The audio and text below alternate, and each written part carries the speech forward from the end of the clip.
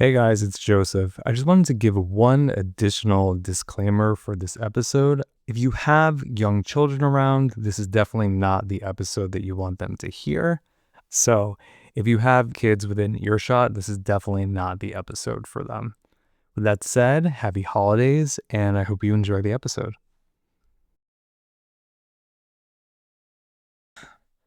Welcome to Debate the News True Crime. I'm just Lobosco, joined by my amazing co-host Adrienne Barker. Tonight, we delve into one of the most shocking holiday crimes in modern California history, the 2008 Covina Christmas Eve massacre, infamously known as the case of the Killer Santa. This is a harrowing story of how a bitter divorce and a Santa suit converged in tragedy when a man opened fire at a family's Christmas party, leaving 9 people dead in a suburban Los Angeles home. Let me just make it clear to everyone that both Joseph and I are amazing. I'm Adrienne Barker. Before we begin, a warning to our listeners. This episode involves extremely graphic violence, including a mass shooting, arson, violence against children, all of which some of our listeners may find disturbing.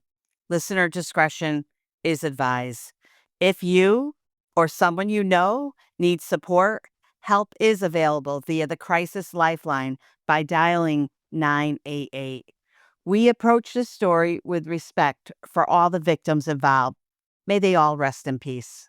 And a quick disclaimer, Adrienne and I are not attorneys, law enforcement officials, or psychologists. We research each case thoroughly, but this show is recorded live with minimal editing, and any factual errors are unintentional. And remember, any individuals we discuss who haven't been convicted of a crime are presumed innocent until proven guilty in a court of law. The opinions of our guests and audience members are their own and do not necessarily reflect the views of myself, Adrienne, or Debate the News.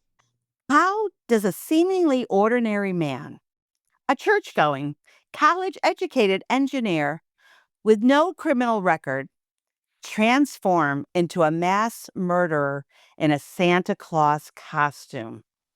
Tonight, we're going to examine every twist, from the personal betrayals, the financial ruin that fueled Bruce Pardo's rage, to the terrifying assault that destroyed an entire family on Christmas Eve, and the chilling aftermath that left a community in shock.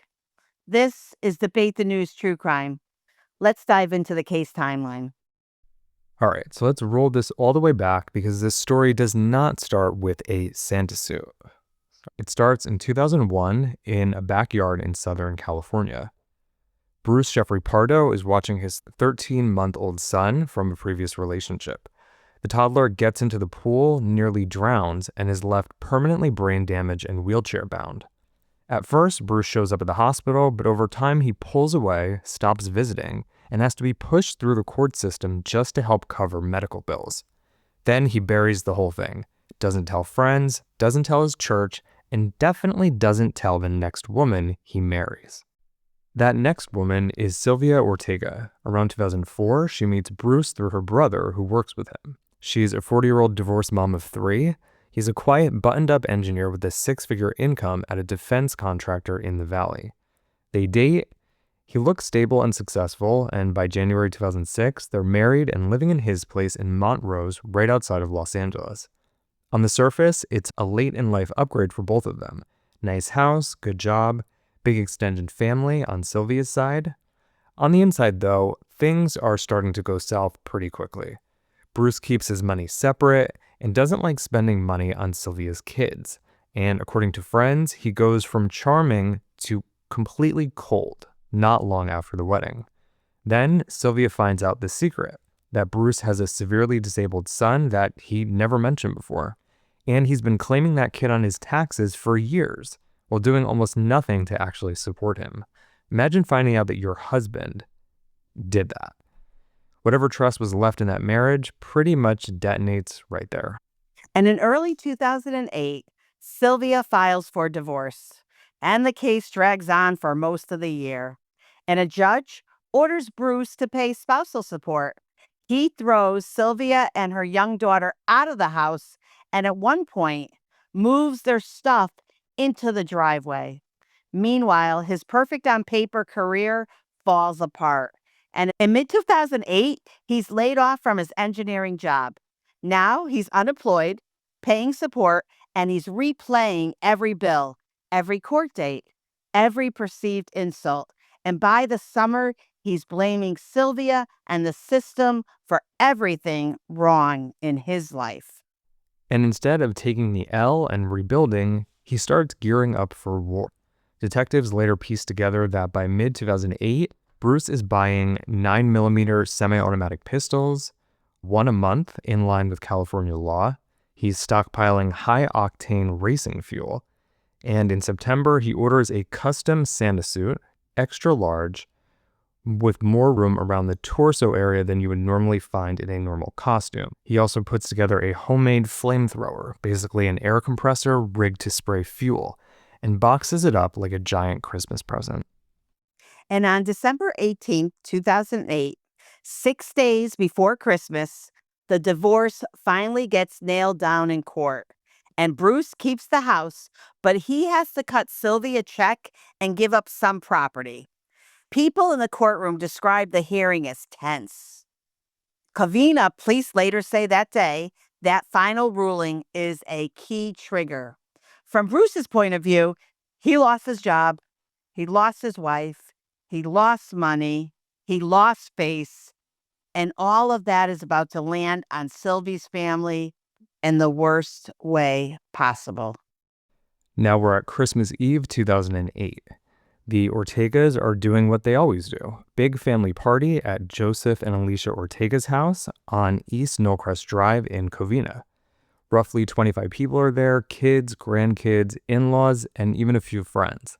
Food everywhere, music, people taking pictures, kids running through the house with new toys. It's late, around 11:30 p.m., and they're still going strong. Then the doorbell rings. 8-year-old Katrina, Sylvia's niece, runs to the door. She opens it and sees Santa Claus, red suit, white beard, big wrapped present. It's Bruce. Before anyone can process that, he pulls out a 9mm handgun from the costume and shoots her in the face. She drops, and that little girl somehow does survive. But from that second on, this is a massacre. Bruce steps into the living room and starts shooting. He's brought 4 pistols and multiple loaded magazines. People scream. They're diving behind furniture. They're trying to run. And one teenage girl gets shot in the back as she flees.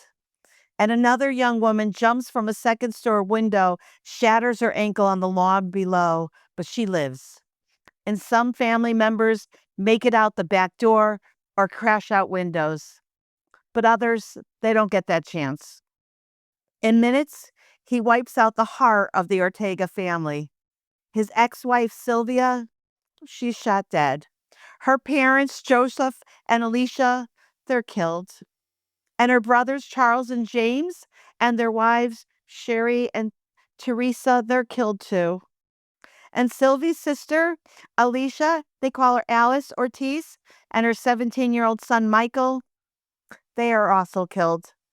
9 family members, they die from gunshots, the fire, or both. And 3 more, including Katrina, they're seriously wounded, but they do survive. Yeah, absolutely horrible. And Bruce is not done. After the shooting, Bruce opens that big gift. Inside is a homemade fuel spraying rig, aka a flamethrower. He starts hosing racing fuel around the living room, across furniture, into corners. When it hits an ignition source, most likely a pilot light or a Christmas decoration, the whole place goes up in flames. A total fireball. The accelerant, the tree, the wrapping paper, it all feeds the blaze. The heat is so intense that parts of his Santa suit literally melt into his skin, burning his arms and legs. Neighbors hear what they think are fireworks or gunshots, then see flames shooting out of the Ortega house. Panicked family members are running into the cul-de-sac, burned, bleeding, screaming for help. 911 calls start pouring in, shots fired, house on fire, people trapped. Police and the firefighters, they roll up to a nightmare. The home is fully engulfed. Ammunition inside the house is cooking off like popcorn. and it takes dozens of firefighters nearly 2 hours to knock the fire down. And when they finally get inside the ruins, they find 3 bodies in what's left of the living area, then more throughout the house. And because of the destruction, several victims have to be identified by dental records. And a 9th body is located in the front part of the home the next morning. While all that is happening in Covina, Bruce, burned but alive, he slips away. He leaves in a rented Dodge Caliber and he drives about 40 miles to Samar, where his brother lives in the San Fernando Valley. And sometime in the early morning hours of Christmas Day, he goes into the house, he sits down, and he turns one of his own guns on himself. His brother finds him later with a single gunshot wound to the head. When detectives search Bruce's body, they find he actually wasn't planning on dying that night, at least not originally. He's wearing a money belt and compression garment loaded with cash, about $17,000. He's got an airline ticket for a Christmas Day flight from Los Angeles to the Midwest, a possible jump point towards Canada. Investigators conclude the burns he suffered in the fire likely wrecked his escape plan. Instead of running, he kills himself at his brother's place. Outside, they find the blue rental car he drove away from Covina. Inside, more of the Santa suit, wired up with explosives and about 200 rounds of ammunition. Bomb techs start working on it, the device goes off, and the entire car is blown apart. But because they've taken precautions, nobody is killed. A second rental car turns up in Glendale, packed with clothes, food, water, and maps towards the Mexican border, as well as electronics. That's Plan B, another escape option that never got used. As they dig deeper, detectives realize this was supposed to be even worse. Bruce knew his own mother had been invited to the Ortega party and that she had sided with Sylvie during the divorce. Police say he planned to kill her too if she showed up. She stayed home sick that night, and that fluke decision likely saved her life.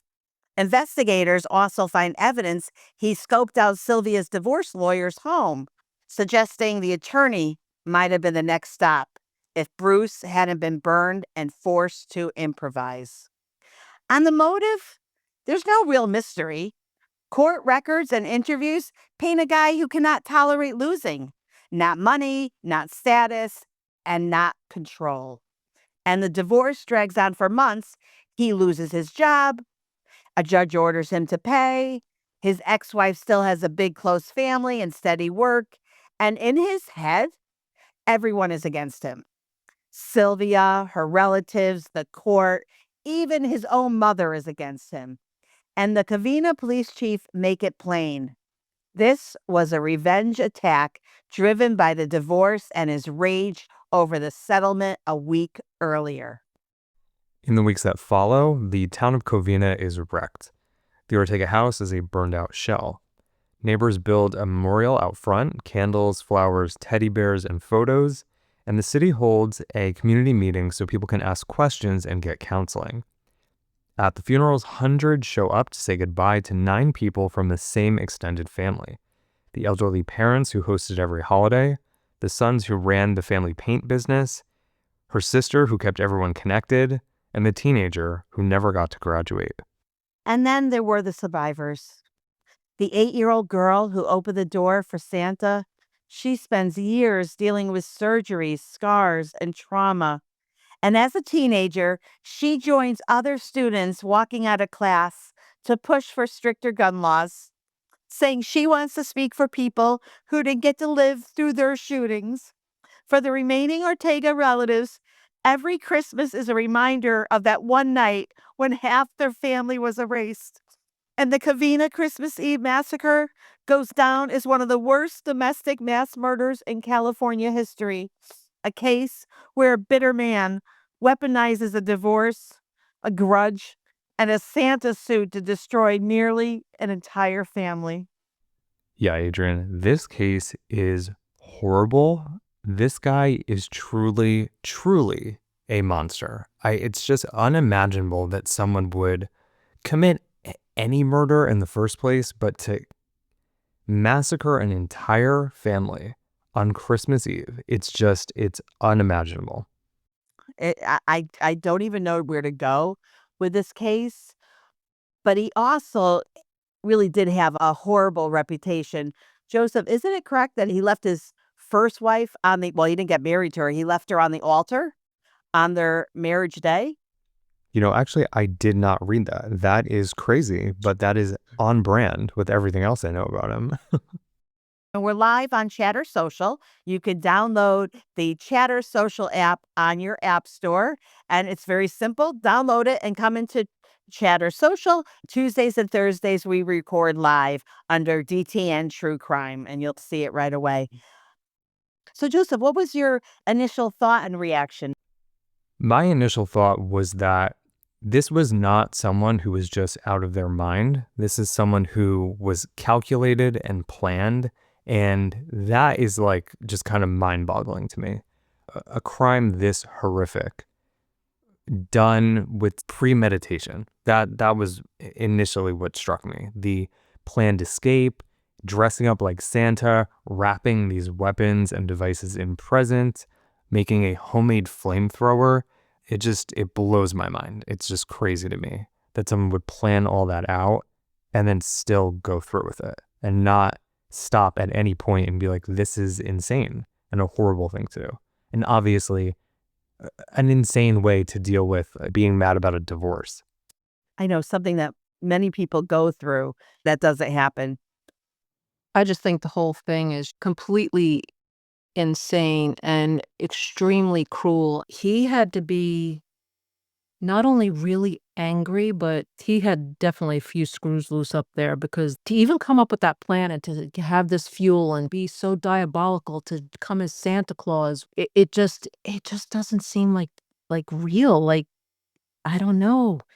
But it's kinda scary if you think about it, because for all intents and purposes, initially, he seemed like a really normal guy until he wasn't, and it just I don't know, I just can't see people being so cruel. It's just very cruel. Yeah. I also thought it was interesting that they found cocaine in his system. So he was likely on coke while he was doing this, which is just a whole nother layer of crazy. I thought that was interesting too. I, I also find very interesting how a human being can have zero empathy. That, I mean, zero empathy. A little 8-year-old girl opens the door so excited to see Santa at the door and to shoot her in the face. I think that part of it, and I'm so glad she lived, but that gets me, Joseph. It's so sinister and diabolical. Like just everything about it. Like, there's going to be kids at this party. Like, his own mother was supposed to be at that party that night, but she got sick and stayed home. So she likely would have been killed had she not gotten sick. That poor girl, though, even though she survived, the horror that she has to live with for the rest of her life, I mean, in all of, like, intents and purposes, she's living a life sentence from that, and I can't imagine a little girl having to grow up with those kind of Christmas memories for the rest of her life, and I'm sure she has some kind of, like, they say that survivors like the survivor guilt, but I just cannot imagine being, that little girl and having to live the rest of my life having seen this and surviving such a horrific, horrific crime. And what just crossed my mind is she was, what, 9 years old? So at that age, do kids still believe in Santa Claus? Yeah, that's about the age, maybe a little bit older, but that's around the age where they figure it out. So that's even more horrifying that she may have opened the door and thought that literally was Santa Claus. And then she got shot. That kind of trauma, it's with you for years. But I love that she stood up with her classmates against school shootings. So there are so many heroes that come out of this even stronger. So kudos to her. Joseph, there is one thing I want to say. You know, from what I kind of dug deep and read a little bit, his son didn't just like end up in the pool. He wasn't watching his son. It was the first time ever that the mom left him to like actually watch the child.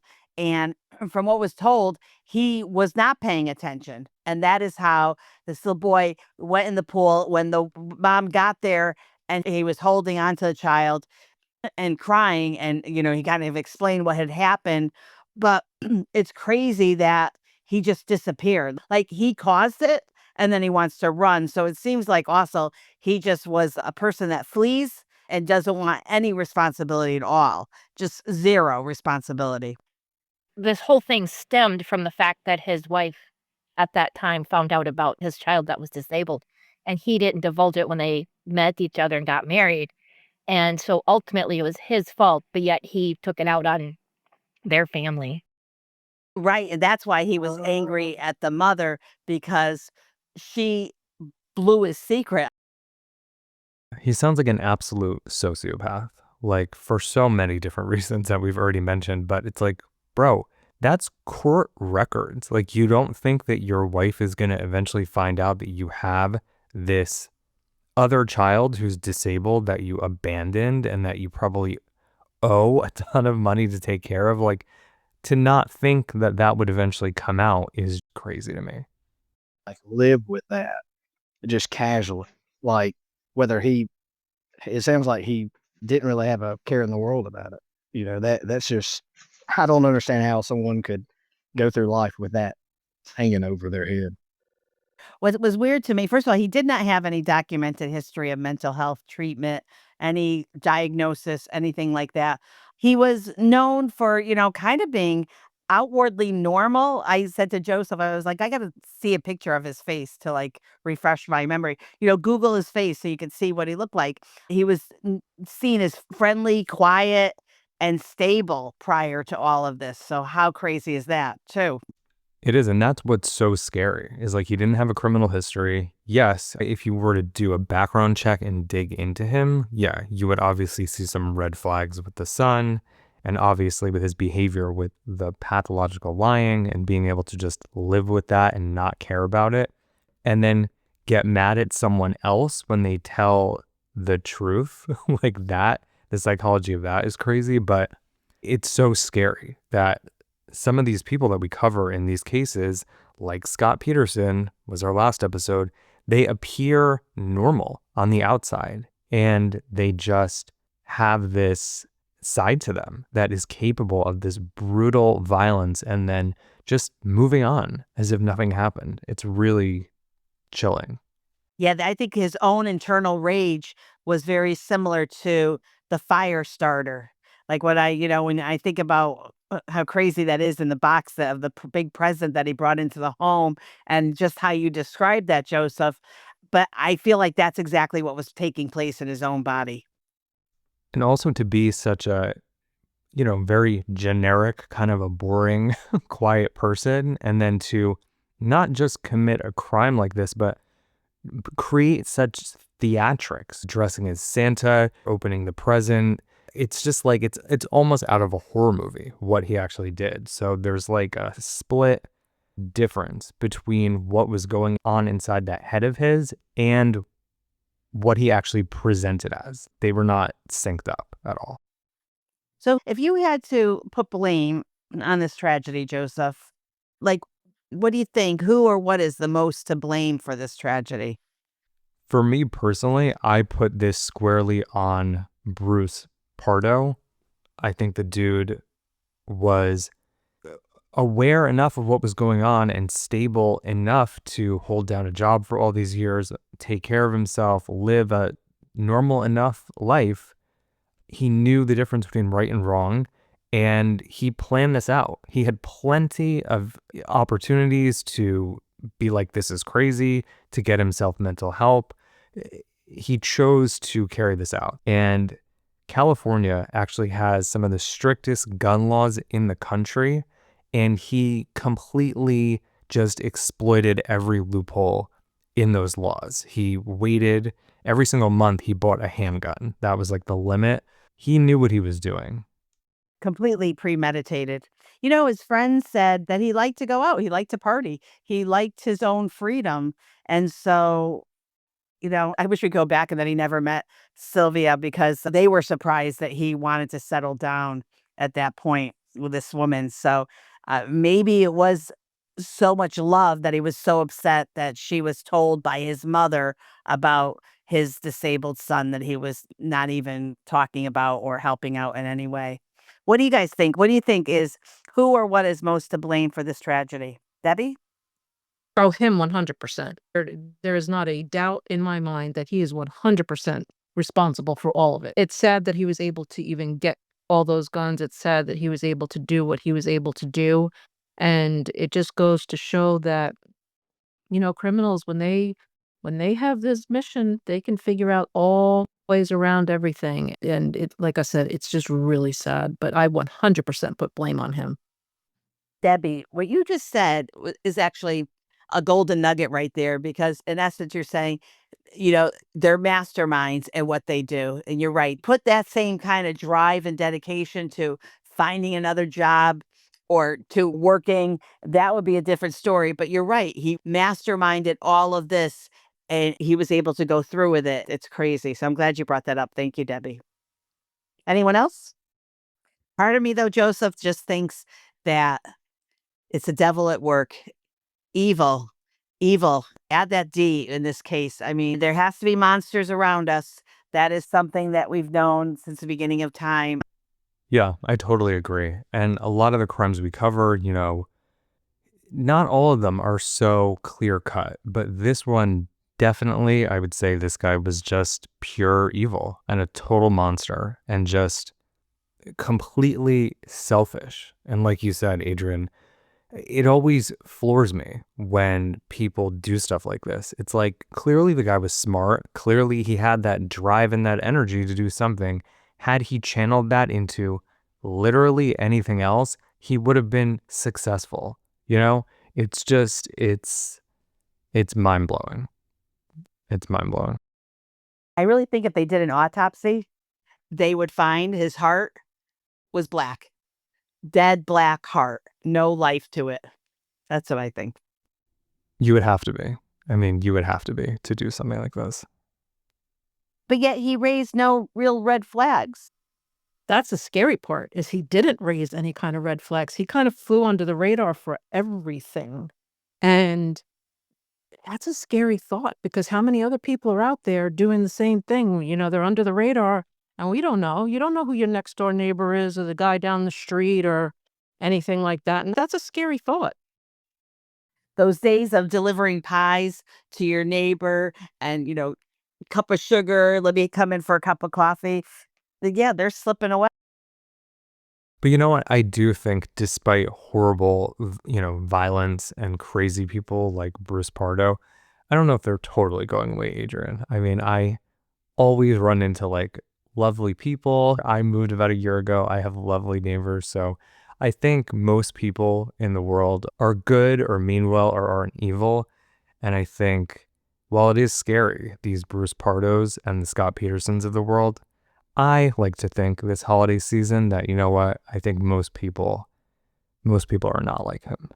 Well, Santa Claus comes knocking on our door. Alana, keep it locked. We're okay. We don't need any new gifts. Yeah, if you have a crazy, unstable, vengeful person you're going through a divorce with, maybe just don't tell them where you're going for the holidays. Say you're going on a vacation. So true. So true.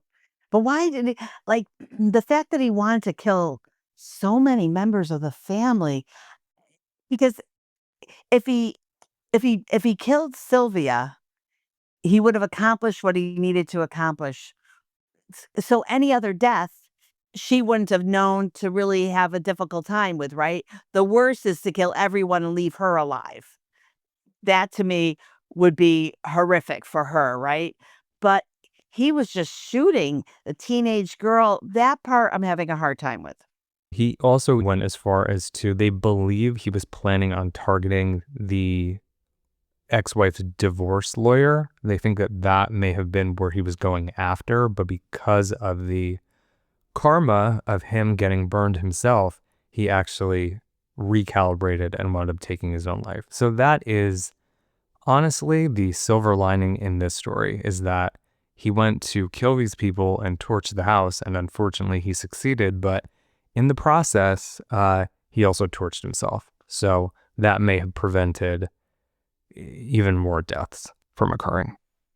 Okay, but I just have to say, how do you not anticipate burning in a Santa suit? Was it flame retardant? Like, that makes no sense to me that he wouldn't have expected that, or did he think he was just gonna jump out of the way?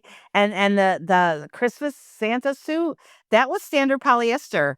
I mean, it melts, it fuses to the skin. I would think that if that was the case, that he would have done something, even maybe putting some, outside fire retardant on it, like spraying something on it. So that didn't really make sense to me. Yeah, they think that he accidentally, as he was spraying that fuel throughout the house, he must have hit a candle or maybe like a pilot light on a furnace, and that is what ignited everything.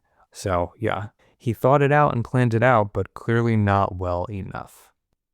Oh, wait. So, Joseph, you're thinking that the idea would have been that he would have walked out the door and then threw like a lighter or something in to start the fire, not that he would have started it right when he was there, right when he was inside.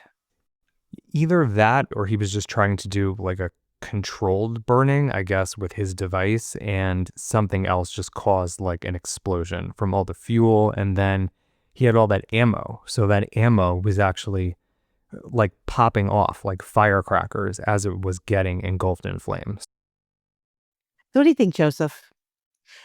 Lessons that we could take, the society could take away from the Covina massacre regarding gun violence, domestic disputes? What do you think? The one lesson I would say is do a thorough background check on someone that you're getting serious with, that you're gonna marry. I think a background check or a private investigator probably would have revealed those court documents revealing the son, and maybe that could have prevented her from even getting into the marriage with him to begin with. But you never know. You never know. That's my takeaway. Do a background check on anyone before you marry them, for sure. Now, the California law, so you could buy a gun, but it has to be one gun a month. Yeah, apparently he exploited that law. I wonder how many people buy a gun a month and what that looks like. So firearms are like, wow, 1.2 to 1.4 million guns are sold per month. Wow. And those don't even include private sales, by the way, where in many states no check is required or a legal transfer. Interesting. What Yeah. else do you think, Joseph? No, I think this is one of those situations where the California gun laws, they're very restrictive. They have 10-day waiting periods. They have bans on certain assault weapons and large capacity magazines. They're very, very strict. And despite that, this guy was so determined and so smart and aware and calculated that he was able to look at the law, understand it, and then exploit any little loopholes to stock up Okay. on all this weaponry. I don't know if anyone has this answer, but ammunition regulation is lighter. And I've always wondered why. So, like, why don't you need a background check for ammunition purchases and, you know, or to even like sell ammo? You don't need a license. So, I don't understand that. And, Joseph, there's no federal limits on quantity purchased that you can have. But yet, isn't that the first thing when the police find someone, they share with us the guns and how much ammunition? So, can you make it make sense to me, Joseph, or someone? Yeah, Adrian, I'm not a big gun person. I mean, I've been to the range, I know how to shoot, but that's not something I do often. So I really am not the person to ask when it comes to that. I'm not an expert, but I might be able to help out with something. I was just asking about the ammo. So he was in California and he was buying a gun a month, but he also just had a lot of ammo. But I guess California previously required background checks for all ammo purchases, but a federal appeals court ruled it unconstitutional this year, actually. So interesting. So I was just like, how come you could just buy as much ammo as you want, Taylor? I mean, no law has been in place regarding the ammo. I know guns have checks and stuff, but ammo, I don't know. I think there is like if you buy over a certain amount over a certain period, you're going to raise some red flags, but I don't know what that limit is. That's the thing. I don't know either. Interesting. Hey, listeners, if you're listening to us now and you have the answer, put it in the comments. We would really appreciate that. We would love that. Thank you, listeners. Well, Joseph, I do have some tips for all of us to be aware of. So there are some lessons. I'll make it short and sweet. Hidden rage can erupt without obvious warning signs. Okay. Normal people can harbor deep resentment. So don't ignore the bitterness in divorces or personal crisis. Really important. Take that post divorce threat seriously. Extreme anger over settlements can escalate to violence. And if you have to seek that protective order, we know that when it comes to money and loss of money, loss of a job, and then your divorce, all of that can really, if it's making your partner angry, please make sure that you protect yourself and recognize domestic volatility early, grudges and financial disputes, the secrets, right, Joseph? Like Pardo's hidden child. Those secrets are huge red flag. And these unchecked anger, when you see someone, personal failures, they don't just justify revenge. You have to seek help for emotional distress. And I just want to say, these communities, they heal through support. And it's amazing the resilience and the unity that helps survivors move forward after a tragedy. If a tragedy has occurred in your community, just consider helping out whatever way you can. Sometimes just a cup of coffee and lending an ear will make all the difference. Thanks, Joseph. Yeah, absolutely, Adrienne. And I'll just add that unfortunately, we do see statistically a rise in violent family on family crimes around the holidays. We just tragically heard about Rob Reiner and his wife were stabbed to death, and the son stands accused of doing that, innocent until proven guilty. But yeah, unfortunately, around the holidays, we do see an uptick. So this holiday season, I hope everyone has an amazing holiday with their family and their friends. And the Bruce Pardos of the world are scary, but I think they are very far and few between. Well said, Joseph.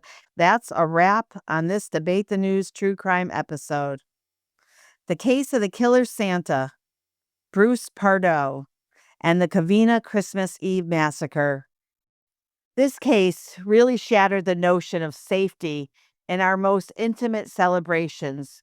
And for all the sensational aspects of the story, like a massacre in a Santa suit, we have to remember the real people behind the headlines. 9 family members lost their lives that Christmas Eve. And all their surviving loved ones, they're left with decades of sorrow and trauma. And then you take the entire community that had its innocence ripped away on what it should have been the most peaceful of nights. Yeah, absolutely, Adrienne. It's horrible. This case reminds us that true evil can wear an everyday face, or even the costume of Santa Claus. Bruce Pardo was an unassuming neighbor and colleague to many, yet beneath the facade festered lethal resentment. The Covina massacre stands as a grim cautionary tale about the extreme consequences of domestic rage and the way a single individual's violent choices can devastate dozens of lives in an instant. Thank you to all of our listeners for joining us tonight. We appreciate you being a part of the Debate the News true crime community. If you found this episode informative, please subscribe to the podcast and leave us a review. Your support helps us keep these conversations alive and reach others who care about the stories behind the headlines. We are going to be taking a little bit of a break for Christmas and New Year's, but we have one more podcast episode for you that will drop 1 week from today, and that's going to be covering the Brian Walsh case, which just wrapped up and reached a verdict. That will be the last podcast episode of 2025, but we will be back on Thursday, January 8th, with a new episode in the new year. We have a really interesting lineup of cases for January. Debate the News founder Jonathan Bing will be back. We're going to cover the case of the West Memphis 3 with him. Heather Ford will be back covering International House of Prayer. We have the amazing Angie from Angie's World. We're going to cover Murder in Monaco, which is a very interesting case. And we have the fabulous Vishan coming back, and we're going to cover the case of Anne Boleyn. So those cases, among many others, we'll be covering in January 2026. Until then, stay safe, stay vigilant, and happy holidays. Merry Christmas, Happy Hanukkah, whatever holiday traditions you celebrate. We hope you have an amazing holiday season from us at Debate the News True Crime.